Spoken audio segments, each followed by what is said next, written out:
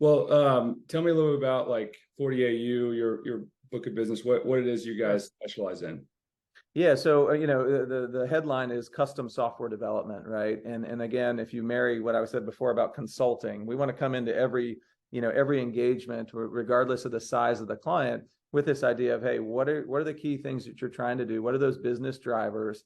And how do we understand your key pain points? So then we wrap the technology around it, right? So it's not, we don't come in with a pre-canned approach, or we don't sell a product that's already solved this problem for other people. We come in and really listen to your problems and then wrap the software and technology around it. And it's fun because every company needs new software, doesn't like their software, or just needs new capability in this space. And so what we do on a day-to-day basis is really, it's a marketing term when you say digital transformation, but that's what we live and breathe every day, is really trying to take a company that has a lot of potential, but is maybe mired down with some old technology or old process, and really remake that so that they can be transformative in whatever they're doing. So it's really a partnership in everybody that we work with.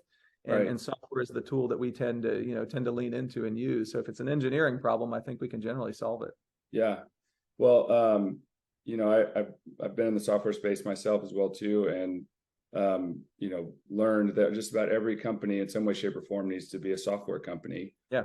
In everything they do, whether that's their website or the way that they're managing their customers, or there's really no way to kind of get around it. And so, businesses like y'all's are very necessary and important. What would you say sort of makes you all stand out or be different than some of the Yeah, other? it's a great question. I mean, if you think about the predominant model in the custom software development industry, generally, you're competing against offshore engineering teams, right?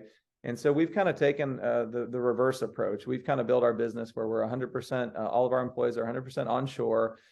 With that, what we stress is a very collaborative engagement. We stress that we want to get in and, again, understand your business problems and really get to know your business before we put the technology into place, right?